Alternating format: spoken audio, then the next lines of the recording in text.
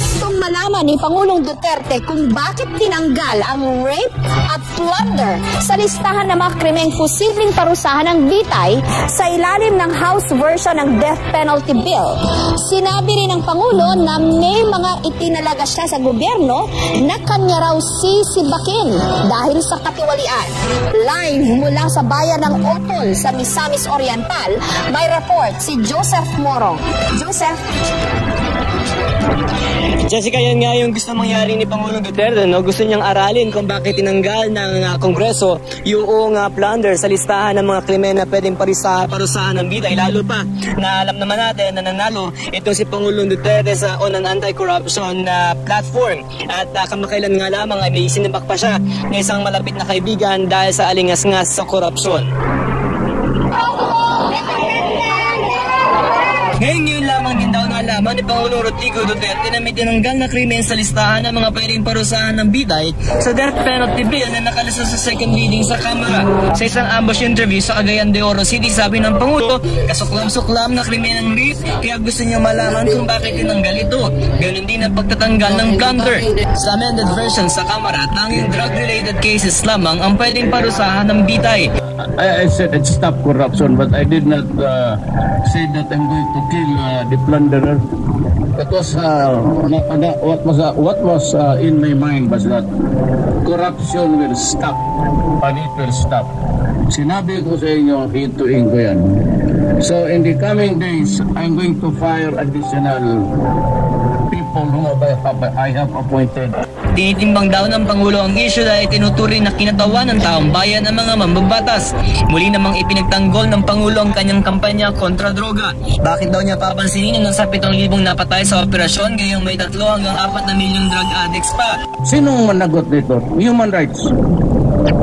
Pumunta ka nga dito.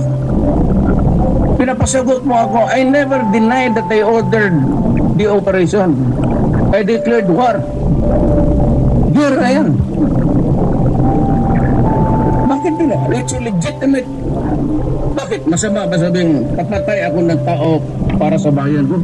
Nasa Cagayan de Oro ang Pangulo para bumisita sa mga kaanak ng 2 sundalong napatay ng NPA sa Misamis Oriental at 7 iba pang mga sundalong nasugatan sa mga operasyon kontra NPA. Sabi ng Pangulo, ayaw niya raw sana makakita ng mga ganitong insidente, kaya kung kakayanin ay gusto niya talaga makipag-usap sa CPP, NPA, NDF, MILF at MNLF. Pero wala pang tiyak na desisyon ng Pangulo kung bubuhayin muli ang usapang pangkapayapaan sa komunistang grupo. The clarification, when you said ready to talk, are you assuming that with the CPP? No, I'm not assuming. I'm just shooting the breeze with you. Ano ba yung discussion? Because ayaw ko ng patayan. Ayaw ko ng gera. Tungkol naman sa korupsyon, sinabi ni Pangulong Duterte na ang pagkakasibak daw kay NIA Administrator Peter Lavinia ay hindi ang pinakahuli. May mga susunod pa raw dito at i-anunsyo niya ito sa mga susunod na araw. Jessica, kanina ay nagkwento rin itong si Pangulong Duterte kasi kahapon nga ay dumiretso ito mula sa Cebu at pumunta ng Davao para makita yung kanya nga po. Ang kwento nito si Pangulong Duterte ay 2 weeks na short sa term itong bata, pero maayos naman daw ito at hinahanga niya yung kanyang anak na itong si Davao City Mayor Sara Duterte doon sa pagluluwal kasi hindi raw biro yung sakit na nararamdaman ng isa ng ina tuwing nanganganak ang mga ito. Jessica. Joseph, binanggit ba ng Pangulo kung ano ang basehan niya kung bakit gusto niyang ipabalik yung rape at plunder dito sa version ng House ng Death Penalty Bill? Jessica, hindi mo na yung ipabalik, no? Parang gusto niyang pag-aralan kasi apparently doon sa interview natin kanina, mukhang recently lang din nalaman ni Pangulong Duterte na doon sa pumasa sa second reading sa House of Representatives ay tanggal yung rape at saka death penalty among other heinous crimes, no?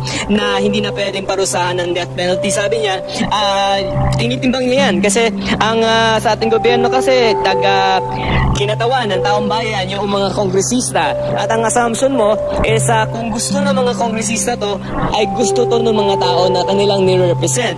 Ngayon, ang sinasabi naman niya, yung rape, he agrees na is a heinous crime. Yung sa death penalty for plunder, meron siyang anti-corruption drive. So gusto niyang timbangin kung saan nang gagaling yung Kongreso, why it limited yung death penalty dun sa crimes na drug-related na lamang, Jessica. Kasi common knowledge naman, no, na marami siyang kaalyado sa lower house to begin with.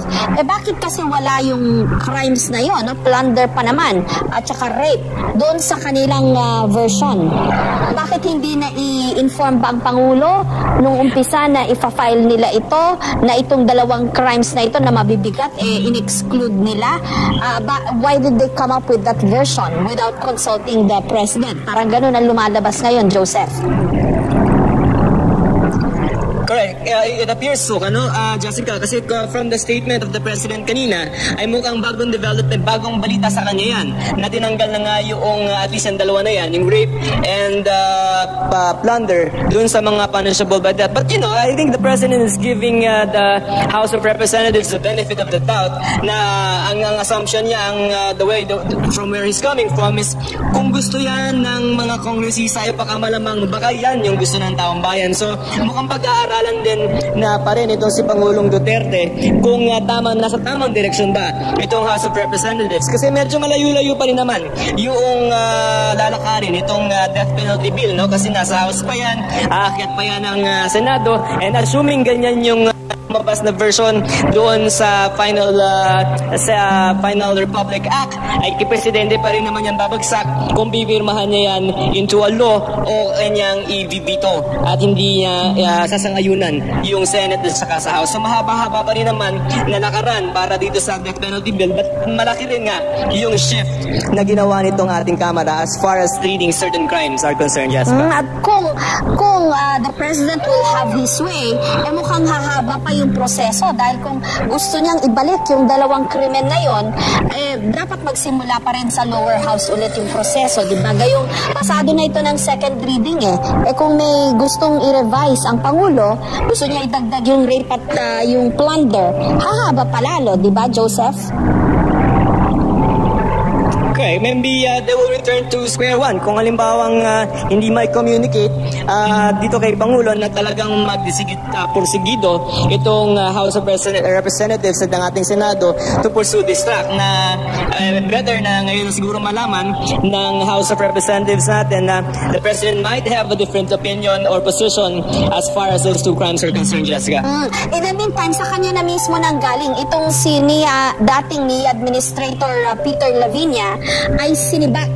Tama ba? Yun ba yung word na ginamit? Hindi nag-resign. Yesterday, Jessica, yung interview, yung ambush natin, yan yung sinabi niya na parang he to put it diplomatically, he requested him to resign. Ang sinabi nga niya, parang Andre, kung niyaya ako kayo sa gobyerno, sana maging malinis. So mukhang doon sa aspeto na yan ay ang sinasabi kasi ng statement ng Palasyo rin is a whiff of corruption, no? Parang may doubt or may pagdududa tungkol sa corruption. So the President said that he asked him si Administrator Lavinia to resign, Jessica. At mukhang meron pa raw sisibakin. Did he give any more hints kung sino ito, Joseph?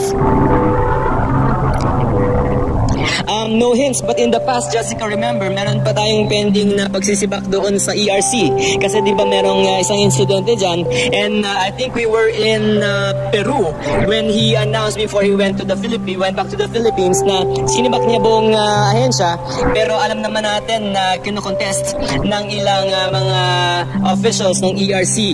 But as far as outside of ERC, hindi pa naman nagsasabi si Presidente kung ano-ano at kung sino-sino itong mga to. Suffice it to say, ang sinabi niya ngayon is tinitingnan niya kung ano yung nangyari, pero definitely heads will roll kasi tungkol sa corruption, Jessica. Maraming salamat sa iyo, Joseph Moro.